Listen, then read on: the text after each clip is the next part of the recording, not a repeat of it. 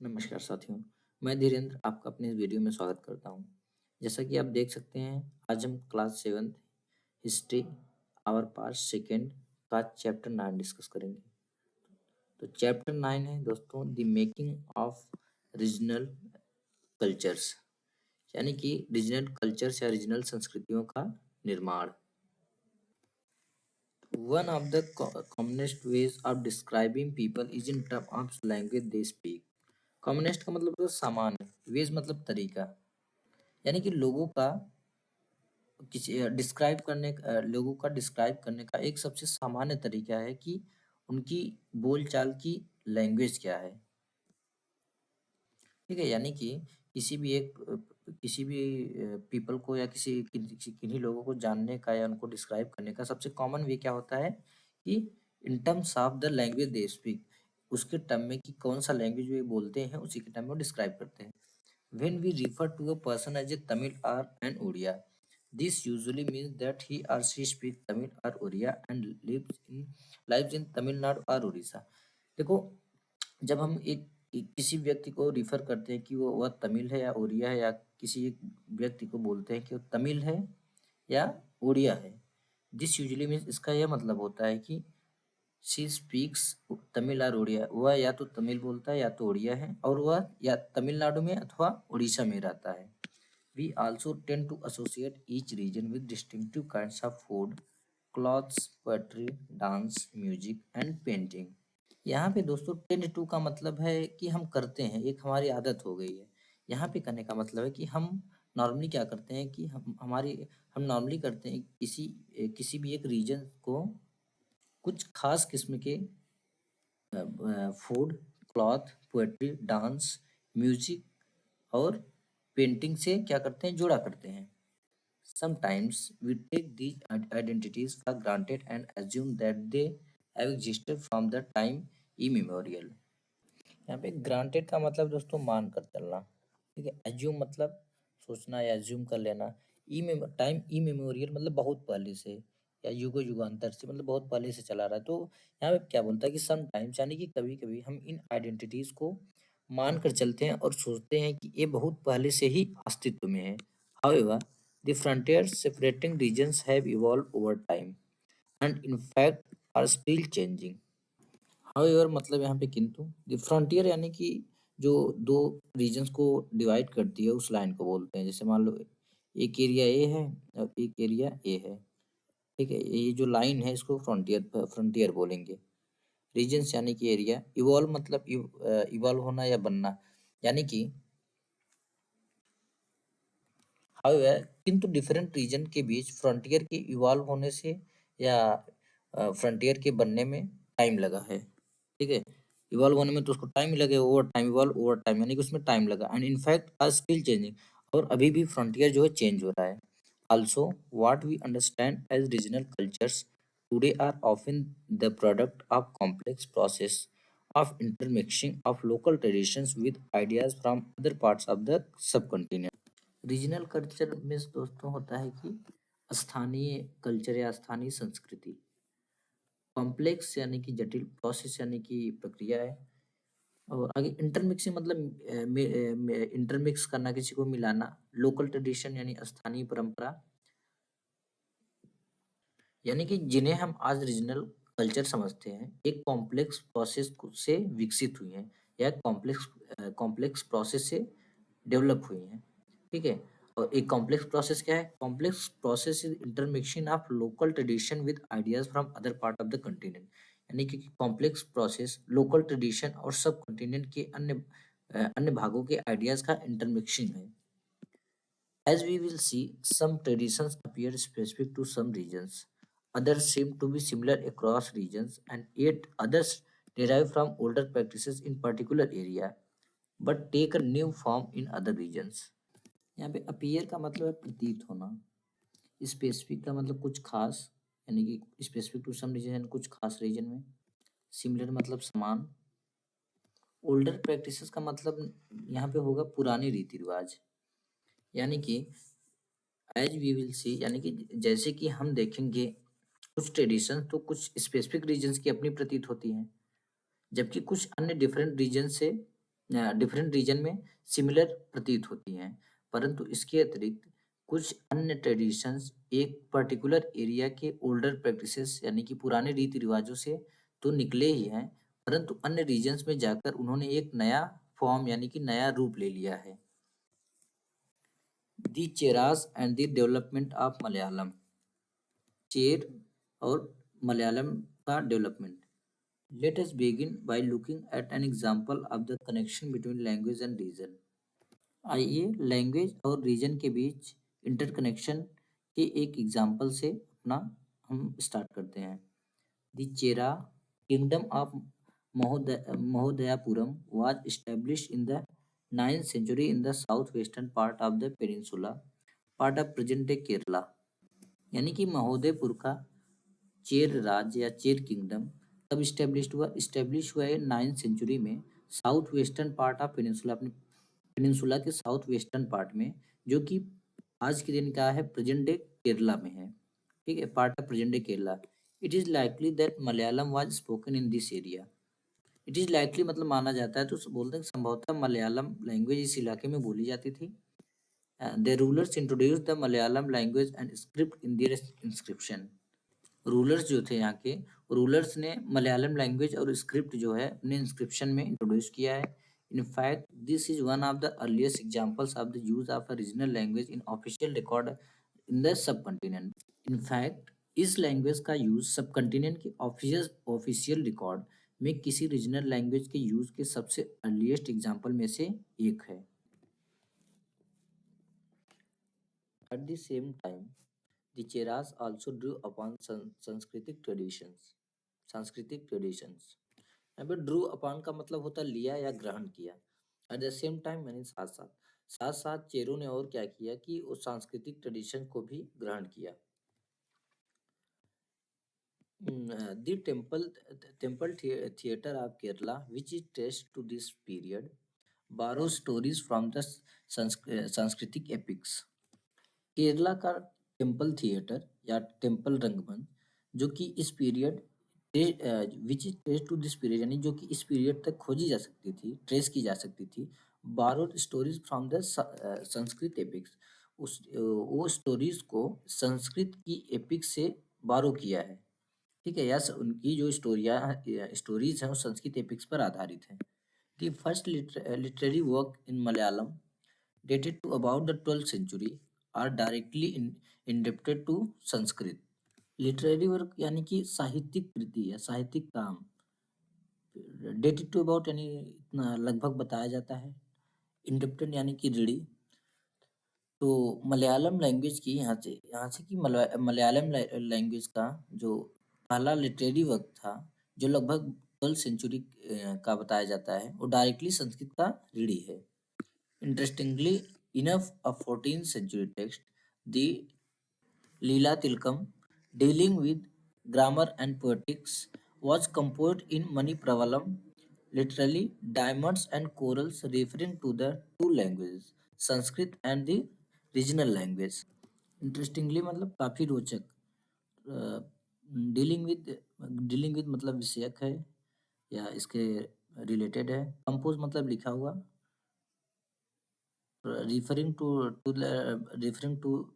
To का मतलब यहाँ पे होगा कि ऐसा प्रतीत होता है। यानी कि यह भी एक इंटरेस्टिंग फैक्ट है कि 14th सेंचुरी का एक टेक्स्ट या ग्रंथ लीला तिलकम जो ग्रामर तथा पोएटिक्स विषयक है, मणि मणि प्रवालम में, यानी मणि प्रवालम क्या होता है, एक शैली है, तो उसमें ये कंपोज किया गया है, किया गया था। मणि प्रवालम का अर्थ है डायमंड एंड कोरल्स। ठीक है, मणि प्रवालम का अर्थ क्या है, लिटरली डायमंड एंड कोरल्स। जो यहाँ दो लैंग्वेज कौन कौन सी, संस्कृत और रीजनल लैंग्वेज के साथ साथ प्रयोग की ओर क्या करता है, संकेत करता है या रिफर करता है। Rulers and religious traditions, the Jagannath cult, यानी कि शासक और रिलीजियस परंपराएं, जगन्नाथी संप्रदाय, कल्ट यानी संप्रदाय। In other regions regional cultures grew around religious traditions. Other region में क्या हुआ, इन अदर रीजन यानी कि अदर रीजन में जो रीजनल कल्चर था वो किसमें विकसित हुआ, वो विकसित हुआ रिलीजियस ट्रेडिशन, यानी कि अन्य एरियाज में या अन्य रीजन में रीजनल कल्चर्स और रीजनल रिलीजियस ट्रेडिशन से विकसित हुई। The best example of this process is the cult of Jagannath, literally Lord of the World, a name of Vishnu at Puri, Odisha। इस प्रोसेस का सबसे बेस्ट एग्जाम्पल है पुरी यानी कि उड़ीसा में जगन्नाथ का कल्ट या संप्रदाय। जगन्नाथ का अर्थ क्या है? दुनिया, लॉर्ड ऑफ द वर्ल्ड यानी दुनिया का मालिक, जो कि a name of Vishnu.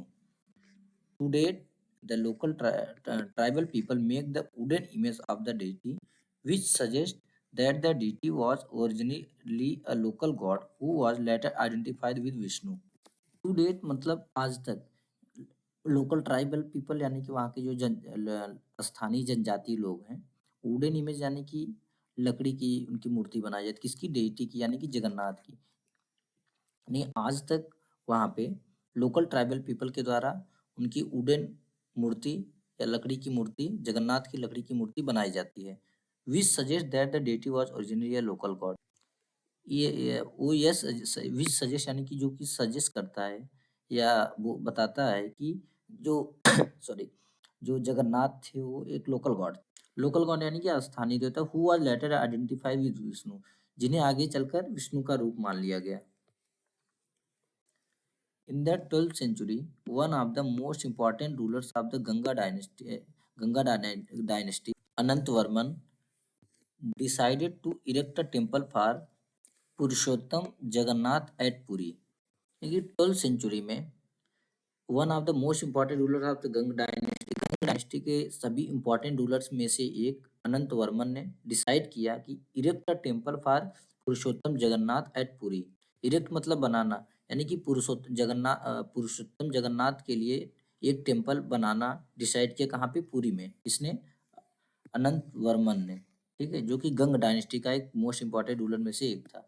Subsequently in 1230 king Anang Bhima III dedicated his kingdom to the deity and proclaimed himself as the deputy of the god। Subsequently मतलब उसके बाद, डेडिकेट मतलब डेडिकेट कर देना या अर्पित कर देना। तो यानी कि उसके बाद क्या हुआ? 1230 में किंग अनंग भीम थर्ड ने अपना राज पुरुषोत्तम जगन्नाथ को अर्पित कर दिया। And proclaim himself as the deputy of the god, और स्वयं को जगन्नाथ का क्या बोल दिया? डिप्टी बोल दिया, घोषित कर दिया। जैसे फिगर 2 में हम देख सकते हैं, the icons of Balabhadra, Subhadra and Jagannath, palm leaf manuscript Odisha. यहाँ पे आइकन्स का मतलब दोस्तों छोटी छोटी मूर्तियां, यानी बालभद्र, सुभद्रा और जगन्नाथ की छोटी छोटी मूर्तियां पाम लीफ की मैन्युस्क्रिप्ट ओडिशा की है यहाँ पे। ठीक है। As the temple gained in importance as a center of pilgrimage, its authority in social and political matters also increased। Authority का मतलब होता है सत्ता, यानी कि जैसे जैसे टेम्पल गेन करता गया क्या? Importance as a centre of pilgrimage, यानी जैसे जैसे या जैसे ही मंदिर मंदिर को पिलग्रिमेज यानी कि तीर्थ स्थल, पिलग्रिमेज को क्या बोलते हैं? तीर्थ स्थल, यानी जैसे जैसे मंदिर को पिलग्रिमेज के सेंटर के रूप में महत्व प्राप्त होता गया, उसका सोशल और पॉलिटिकल मैटर में भी इसकी सत्ता जो है बढ़ गई, इंक्रीज हो गई। इसकी मंदिर की। All those who conquered Odisha such as Mughals, the Marathas and the English East India Company attempted to gain control over the temple। कॉन्क्वेट मतलब जीतना, जिन्होंने भी उड़ीसा को जीता, जैसे कि मुगल्स, मराठा और इंग्लिश ईस्ट इंडिया कंपनी, इन्होंने क्या किया? Attempted to gain control over the temple. सभी ने इस मंदिर पर अपना कंट्रोल स्थापित करने के लिए क्या किया? प्रयत्न किया या कोशिश किया। They feel that this would make their rule acceptable to the local people. वे यह महसूस करते थे कि मंदिर पर कंट्रोल प्राप्त करने से जो लोकल पीपल है, यानी जो स्थानीय लोग हैं, उनमें उनका शासन जो है एक्सेप्ट हो जाएगा या स्वीकार कर लिया जाएगा। The Rajputs and traditions of heroism. Heroism का मतलब यहाँ पे सूरवीर या राजपूत और सूरवीरता की traditions. In the 19th century, the region that constitute most of present-day Rajasthan was called Rajputana by the British।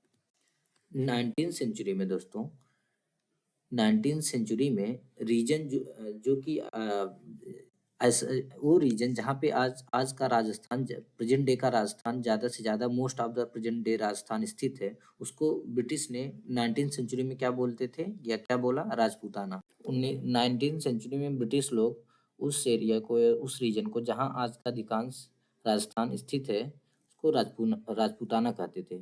While this may suggest that this was an area that was inhabited only or mainly by Rajputs, this is only partly true. Partly true का मतलब होता है कि थोड़ा ही सही होना या आंशिक रूप से। इनहेबिटेड मतलब रहना।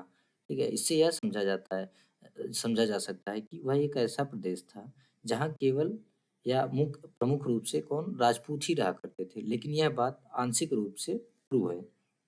There were and are several groups of who identify themselves as Rajputs in many areas of northern and central India.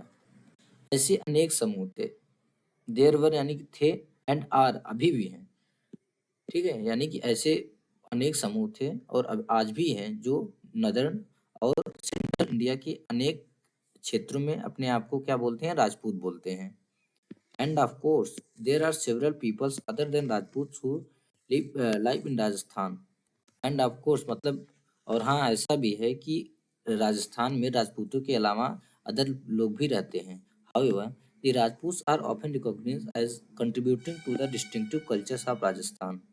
However यानी कि तथापि अक्सर यह माना जाता है कि राजपूतों ने राजस्थान को एक डिस्टिंक्टिव कल्चर जो है प्रदान की। अब जैसे कि फिगर 3 में देख लेते हैं, जगन्नाथ टेम्पल पुरी। पुरी का यह है जगन्नाथ टेम्पल। अब फिगर 4 में प्रिंस राजा सिंह ऑफ बीकानेर, बीकानेर के प्रिंस राजा सिंह हैं, Prince Raj Singh. These cultural traditions were closely linked with the idols and aspirations of rulers. Closely linked मतलब जुड़ी हुई हैं।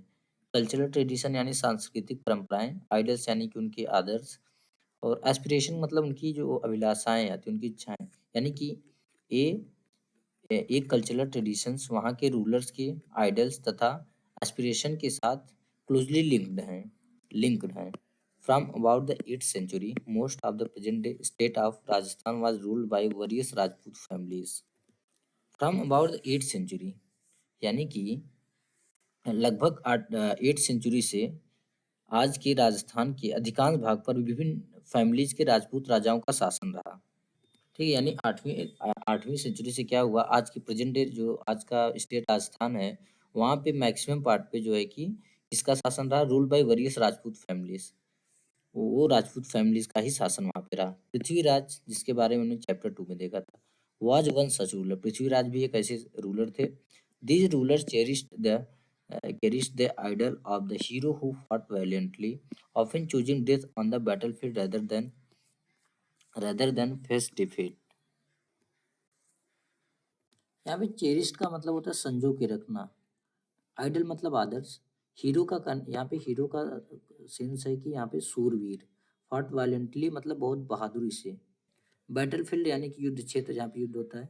यहाँ पे फेस डिफीट का मतलब है दोस्तों की पीठ दिखाकर भाग जाना है। ठीक है, तो यानी कि ये रूलर ऐसे सूरवीरों के आइडल्स को अपने हृदय में संजोए रखते थे जिन्होंने बैटलफील्ड में बहादुरी से लड़ते हुए अक्सर मृत्यु को प्राप्त हो गए, बट पीठ नहीं दिखाई। Stories about Rajput heroes were recorded in poems and songs, which were recited by specially trained minstrels. Recorded है मतलब रिकॉर्ड की गई या सुरक्षित हैं। रिसाइटेड मतलब सुनाना या वर्णन करना। मिन्स्ट्रल्स का मतलब होता है कवि। यानी कि राजपूतों की स्टोरियाँ, राजपूत वीरों की स्टोरियाँ जो हैं, सूरवीरों की स्टोरियाँ कहाँ पे रिकॉर्डेड हैं, पोएम्स और सॉन्ग्स में, जो कि which were recited by specially train ministers. यानी कि जो कि स्पेशली ट्रेंड कवियों के द्वारा वर्णन की जाती हैं, बताई जाती हैं, सुनाई जाती हैं। These preserved the memories of heroes and were expected to inspire others to follow their example. Preserve मतलब सुरक्षित रखना, मेमोरीज मतलब उनकी यादें, एक्सपेक्ट किया जाना मतलब आशा किया जाना, इंस्पायर मतलब प्रेरित करना। यानी कि ये क्या है, ये प्रिजर्व की गई जो this preserve the memories of heroes, यानी कि ये जैसे जो रिकॉर्ड मिला है, जो रिकॉर्ड रखा गया है, इससे क्या होता है कि ये जो हमारे शूरवीर थे उनकी मेमोरीज को प्रिजर्व सुरक्षित करती है। ठीक है, यानी कि ये पोएम्स और सॉन्ग्स ऐसे शूरवीरों की स्मृति को सुरक्षित रखते थे और उनसे यह एक्सपेक्ट की जाती थी कि वे अन्य लोगों को उन शूरवीरों को फॉलो करने के लिए प्रेरित एवं प्रोत्साहित करें।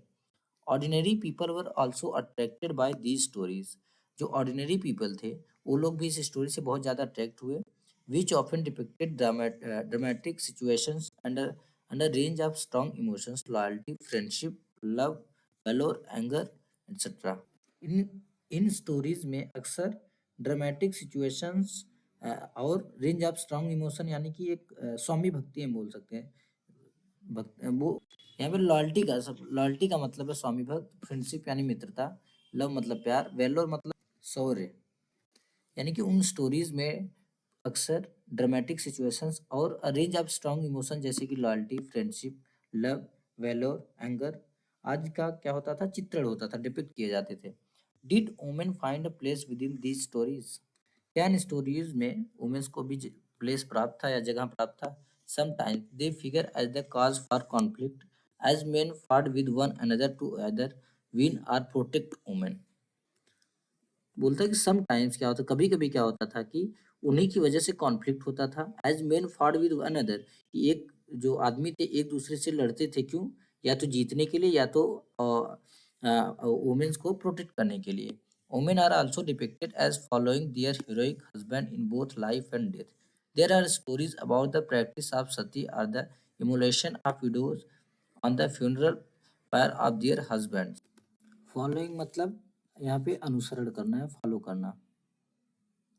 लाइफ एंड डेथ यानी कि जीवन मरण। प्रैक्टिस ऑफ सती यानी कि सती प्रथा थी। इमोलेशन ऑफ विडोज यानी कि बलिदान। ठीक है, विडोज मतलब विधवा औरत, जिनके पति मर जाते हैं उनको विधवा विडोज बोलते हैं। फ्यूनरल फायर मतलब, फायर का मतलब यहाँ पे होता है चिता। ठीक है, जो आदमी मर जाते हैं तो उनकी एक चिता बनाई जाती है जिसपे उनको लकड़ियां लगाया जाता है, जिसको जलाया जाता है, उसको फायर बोलते हैं। फ्यूनरल मतलब अंतिम संस्कार। कहीं कहीं यह भी डिपिक्ट किया गया है कि वुमेन्स अपने शूरवीर हस्बैंड जीवन मरण दोनों, शूरवीर हस्बैंड का जीवन मरण दोनों में उनका फॉलो करती थी, अनुसरण करती थी। सती प्रथा यानी कि विधवाओं द्वारा अपने मरे हुए हस्बैंड के फ्यूनरल फायर यानी कि चिता पर जिंदा जल जाने की प्रथा की भी कुछ स्टोरीज में उल्लेख जो है पाया जाता है। So these who followed the heroic ideal often had to pay for it with their lives। देखिए, इस प्रकार जो लोग शूरवीरता के आइडल्स का पालन करते थे उन्हें अक्सर इस आइडल के लिए अपने जीवन का बलिदान करना पड़ता था। हैड टू पे for it with their life, यहाँ पे फॉर इट मतलब बलिदान करना पड़ता था। जैसे यहाँ पे हम देख सकते हैं कि मैप वन में region discuss in this chapter, इस चैप्टर में जो जो रीजन डिस्कस किया गया उसके बारे में दिया है। Beyond regional frontiers the story of Kathak. Beyond मतलब परे, रीजनल फ्रंटियर से परे कथक नृत्य की कहानी। कथक एक नृत्य है। If heroic traditions can be found in different regions in different forms, the same is true of dance. Heroic tradition मतलब जो शूरवीरता का जो परंपरा है उसको बोला गया है इसमें। ठीक है, यानी कि अगर हीरोइक ट्रेडिशंस भिन्न डिफरेंट रीजन्स में डिफरेंट पाई जा सकती हैं, तो उस डिफरेंट फॉर्म में पाई जा सकती हैं, तो the same is true of dance, और डांस के लिए भी सेम ही है। Let us look at the history of one dance form Kathak, now associated with several part of North India. Latest यानी कि आइए डांस के एक रूप कथक की हिस्ट्री को देखें। यह कथक जो है नॉर्थ इंडिया के अनेक भागों से जुड़ा हुआ है। The term Kathak is derived from katha, a word used in Sanskrit and other languages for story. जो कथक कथक है वो कहाँ से डिराइव किया गया? कथा से, जो कि अ वर्ड यूज्ड, जो कि एक ऐसा वर्ड है जो कि संस्कृत और अदर लैंग्वेज में स्टोरीज के लिए यूज किया जाता है। The Kathaks were originally a caste of story tellers in temples of North India. Normally पहले कथक कौन होते थे? ओरिजिनली एक ऐसी कास्ट होती थी जो कि स्टोरी बताते थे, स्टोरी टेलर्स इन टेम्पल्स में स्टोरी बताते थे नॉर्थ इंडिया में, who embellished their performances with gestures and songs। Embellish मतलब सजाना या अलंकित करना। जेस्चर का मतलब है यहाँ पे हाव भाव। एक कथाकार अपने हाव भाव तथा सॉन्ग से या संगीत से अपने कथावाचन को क्या अलंकृत किया करते थे, एम्बेलिश किया करते थे। Kathak began evolving into a distinct mode of dance in the 15th and 16th centuries with the spread of भक्ति मूवमेंट। 15th एवं 16th सेंचुरी में, यानी कि 15th और 16th सेंचुरी में भक्ति मूवमेंट के प्रसार के साथ कथक एक डिस्टिंक्ट मोड ऑफ डांस जो है कि धारण करने लगा। The legends of Radha Krishna were enacted in folk plays called Rasleela, which combined folk dance with the basic gesture of the Kathak storytellers। यहाँ पे लीजेंड का मतलब होता है पौराणिक कथाएं, आप नॉर्मली समझ लो स्टोरीज। इनेक्ट मतलब प्रस्तुत, यानी कि राधा कृष्ण के लीजेंड्स फोक प्लेस के रूप में प्रस्तुत किए जाते थे, जिन्हें या इनेक्ट किए जाते थे, जिन्हें रासलीला कहा जाता था। क्या? रासलीला। ठीक, तो रासलीला क्या होता था? तो नॉर्मली रासलीला में फोक प्लेस के साथ कथक स्टोरी टेलर के बेसिक हाव भाव भी जुड़े होते थे। Under the Mughal emperors and their nobles, Kathak was performed in the court, where it acquired its present features and developed into a form of dance with a distinctive style। यहाँ पे court का मतलब है दोस्तों ना कि उनका दरबार जो होता था, और नॉबल्स यानी अभिजात वर्ग के लोग जो होते थे, यानी कि मुगल एम्परर्स और उनके नॉबल्स के अंडर में या उनके शासन काल में कथक जो है राज दरबार में परफॉर्म किया जाता था, जहाँ इस डांस ने अपना प्रेजेंट फीचर जो है एक्वायर किया और एज डेवलप हुआ into a form of dance with a distinctive style, यानी एक ऐसे डांस के फॉर्म में यह डेवलप हुआ जिसका स्टाइल बिल्कुल डिस्टिंक्टिव था, यानी बहुत ही विशिष्ट था।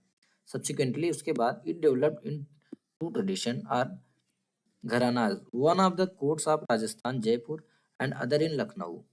यानी कि आगे चल सब्सिक्वेंटली यानी आगे चलकर या बाद में यह दो ट्रेडिशंस या घरानाज में डेवलप हुआ। एक तो one in the court of Rajasthan, एक तो राजस्थान के कोर्ट में या राज दरबार में Jaipur, and other in Lucknow, दूसरा लखनऊ में, under the patronage of Wajid Ali Shah the last nawab of Awadh. It grew into a major art form. Awadh के अंतिम नवाब वाजिद अली शाह के पेट्रोनेज में या संरक्षण में यह प्रमुख कला रूप में उभरा, major form. By the third quarter of the 19th century, it was firmly entrenched as a dance form not only in these two regions, but in the adjoining areas of present-day Punjab, Haryana, Jammu and Kashmir, Bihar and Madhya Pradesh. यहाँ पे दोस्तों third quarter of 19th century का मतलब है 1850 to 1875, यानी कि 1850 से 1875 के दौरान यह डांस फॉर्म के रूप में इन दो क्षेत्रों में ही नहीं बल्कि आज के एडजॉइनिंग एरिया जैसे कि प्रेजेंट पंजाब, हरियाणा, जम्मू एंड कश्मीर, बिहार और मध्य प्रदेश के एडजॉइनिंग एरियाज में भी पक्के तौर पर क्या हुआ, इंट्रेंच हो गया या संस्थापित हो गया। Emphasis was laid on intricate and rapid footwork, elaborate costumes,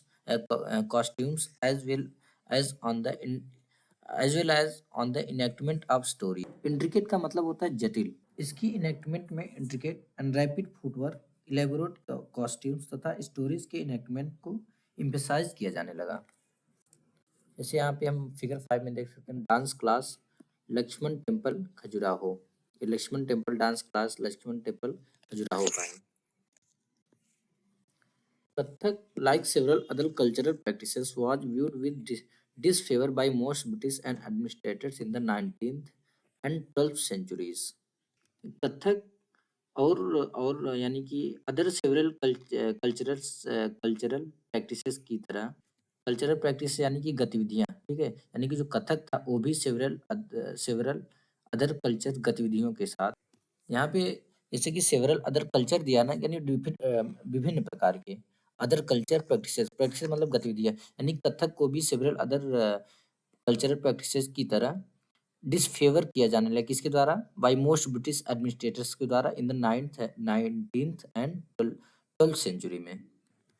However, it survived and continued to be performed by courtesans and was recognized as one of 6 classical forms of dance in the country after independence। However मतलब फिर भी it survived, यानी ये बच गया है, ये बचा रहा। यहाँ पे courtesan मतलब होता है गणिकाएं, ठीक है, यानी कि कोटेशन द्वारा पेश किया जाता रहा और इंडिपेंडेंस के बाद तो यह कंट्री में इसे 6 जो 6 क्लासिकल फॉर्म ऑफ डांस है उसमें से इसको भी एक जगह मिल गया है। यानी कि फिर भी यह सर्वाइव कर गया और कोटेशंस द्वारा जो कोटेशंस थे यानी कि जो गणिकाएँ थी उनके द्वारा परफॉर्म किया जाता रहा और इंडिपेंडेंस के बाद तो देश में इसे 6 क्लासिकल फॉर्म्स ऑफ डांस में रिकॉग्नाइज कर दिया गया। ठीक है? यानी कि रिकॉग्नाइज हो गया। क्लासिकल डांस देखते हैं एडिशनल इंफॉर्मेशन बॉक्स में क्लासिकल डांस क्या है। The question of defining any art form as classical is often quite complicated. यानी कि किसी आर्ट फॉर्म को कैसे क्लासिकल किया जाए, इसका उत्तर देना बहुत ही कठिन है। ठीक है, बहुत ही कॉम्प्लिकेटेड है।